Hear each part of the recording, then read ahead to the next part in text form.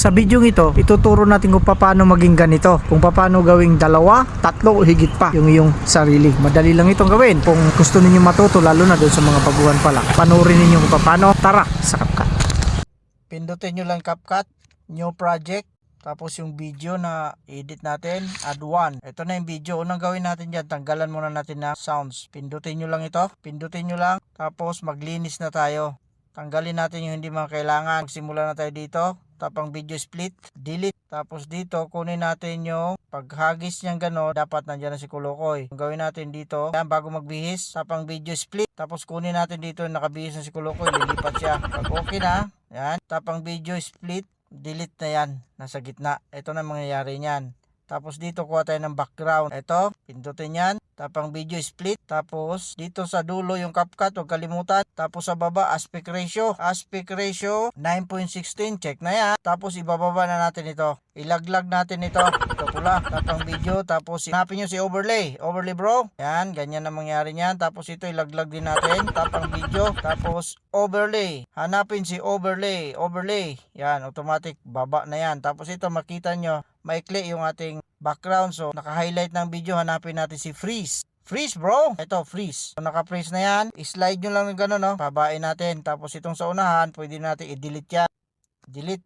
To. So mahaba na. Okay na, mamaya natin linisin yan. Ang gawin natin dito, i-tap natin ang video, maglalagay tayo ng mask. Ang gawin natin, pindutin natin ito. Tapos hanapin si mask. Mag-mask tayo. Mask.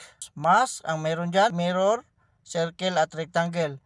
Horizontal yung ating gamitin. Tapos ikutin nyo ganyan, no? Ikutin nyo lang ganyan para makita silang dalawa. Tapos ang gawin natin, kasi magkadikit sila, i-adjust natin yan. Pero lagyan muna natin ng feather. So pindutin yung adjust, pindutin ng feather, tapos lagyan nyo lang mga 4 siguro. 4, okay na yan. Tapos subukan natin, ganyan. So paglayuin natin sila kasi masyadong malapit. Pindutin ito, nakatap ng video sa baba. Iusog nyo lang ganun si Kulukoy na number 2. Yan. O diba, magkalayo na sila, diba? Kung gawin natin dito ngayon, kunin natin yung timing. Paghagis ni Kulukoy na ganon, paghagis niya, diyan pala mag-appear si Kulukoy number 2. So dito natin ilagay yan. Paghagis, pak. O diba? Andyan na.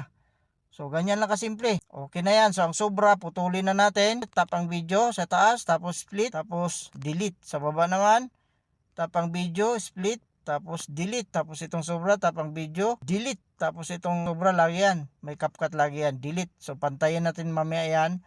Ganito na mangyayari niyan. Play ang video. Play natin. Paghagis ni Kulukoy sa damit niya, pak! O diba, nandyan na si Kulukoy. Nagulat siya. O diba?